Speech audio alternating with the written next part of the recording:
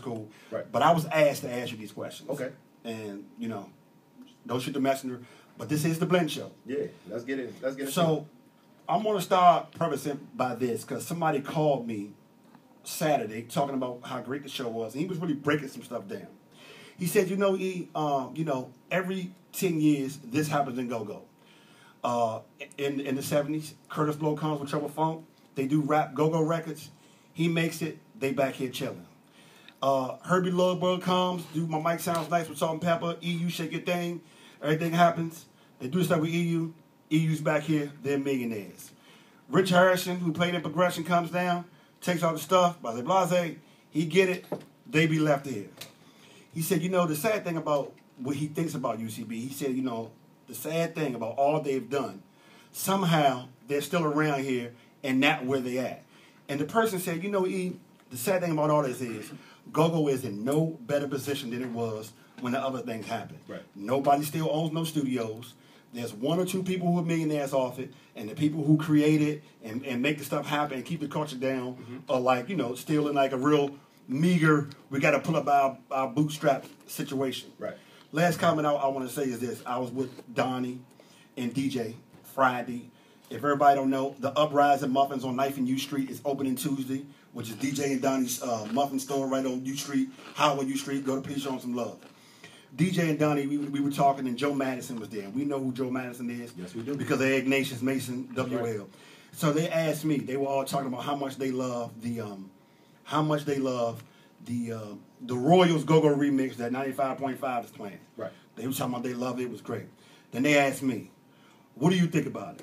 I said, with all due respect, Mr. Simpson, DJ and Mr. Madison, I hate that fucking shit. Is it, oh, I might ask him, is it Dynamite's remix? Yeah, I mean, whatever one that PGC is playing with the white guy rapping at the end. Yeah. And I said, Donnie, I hate it. And he said, why?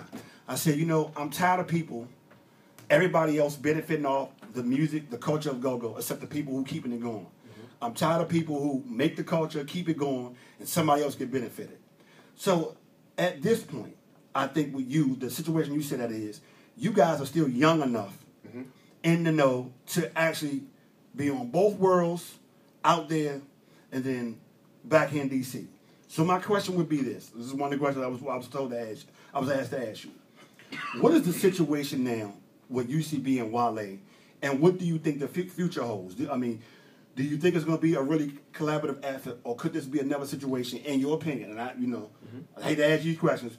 Will it be another Dougie Fresh Rascal situation, or Trouble Funk Curtis Blow situation? In your opinion, what do you think the future holds? I'm gonna start off by saying, this seems like a two-part question, but I'm It gonna is a two-part question. I'm gonna start off by saying, first of all, you know, I want to thank Wale for what he's done for UCB. Absolutely.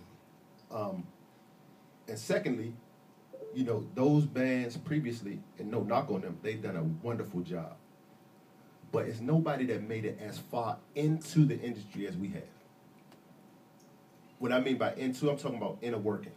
I'm talking about relationships with executives, relationships with producers, relationships, but I understand what you're saying. Relationships with producers. Shout to Trouble Funk. I'm talking about, besides Trouble Funk. Yeah. But relationships, I'm talking about relationships with producers, relationships with other artists, other rappers, relationships with record executives, I think, and everything. Hold on. No, please. And I don't like cutting you off. But I think the best way you can really address this, so people don't feel like you're being arrogant. You have went the farthest in your generation. Yeah. We cannot actively say who did what. Well, look, so hold on. You didn't let me okay. finish. I You want didn't let me finish. So what I'm saying is this: it's a couple different variables to being able to push the culture as far as people would like it to. One person isn't going to be able to do it. The first thing is, Sexy Lady came out in 2006. It's been 4 go-go records since 2006 that I can name. So if rap music didn't make a record, made 4 records since 2006, the genre would die. Preach. If jazz didn't make a record since 2006, the genre would die. If disco, pop, any other genre didn't make a record since 2006, absolutely, 4 records, where would it be? Where would it be? That's 10 years almost, dog. It's 2014. Hence why we may be sitting where we sit right now. So, what I'm going to say is it's going to take more than one person. It's going to take more than one effort. But for us, we're going to do the best we can to carry on the legacy of those before us. The Trouble Funks of the world, who showed us the way. The Rare Essence of the world. All of these people who made it as far as we have. So we're just picking up the torch from where they left off and trying to take it a little bit further. Absolutely. We're just trying to take that baton that they left at hurdle 100 meters. We're trying to take it to the 400 meters. Yeah. And maybe lead the baton for the next group of guys. But I would be lying to you if I told you that in my heart of hearts, I don't think we can make it the whole way. It's not a group out here that don't think that. But I also know with the intelligence that we have, our age, and some of the things that we've accomplished to this point, Relationship-wise, business savvy, knowing how to create records.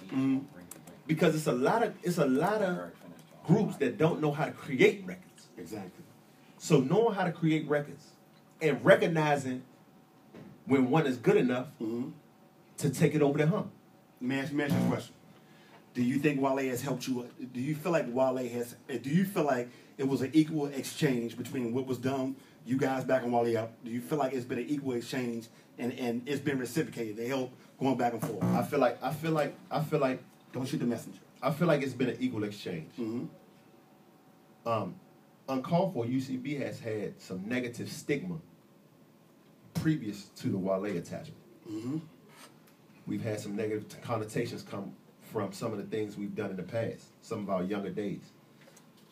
I feel like being on the road with Wale and getting the national attention that we've been able to get, I feel like that's helped erase some of that. As well as, it's no small feat to travel the world with a national artist. That's not something. And play your record doing it. We've been able to play Sexy Lady in every state in the United States. And abroad. How about it? So it's almost, so do I think it's been very well reciprocated? I think so. But I also know that, we have records with Wale and other national artists that he helped orchestrate with us, i.e. The Blend. So I think it has been reciprocated. And it's other things in the works as well that hasn't came to fruition yet. But at the same time, we still have to do our part. And that's what I want the go-go community and everybody to realize, that us as go-go musicians and as the go-go community, we got to do our half. You know what I'm saying? Like making more records. We got to make more records. We got to be more consistent in the records that we do make. Because it's one thing to make music, but it's another thing to make quality music. Yeah. Last question, so we can put this to bed. What is the relationship right now with UCB and Wale today? Where does y'all relationship stand right now? Because this cloud people feel like, where's he? I'm sure you here. People feel like you ain't doing enough. Yeah. Today, April the 6th. 7th. I'm sorry. I'm still on Friday, baby. I'm still on 14th. What is the relationship like right now with Uncalled For and Wale right now? Today. It's great. I'll see him on Sunday at UMass, University of Massachusetts, where we tear that down. Absolutely. It's just my thing is, man, this thing's a never-ending story. Absolutely. And it's just beginning. One hand washes the other. But please don't get it mistaken. What Uncalled For's next moves are going to be in Washington, D.C., and how we're planning to advance the culture of go-go. Because like I said before, this is so much less about UCB and more about the culture of the music.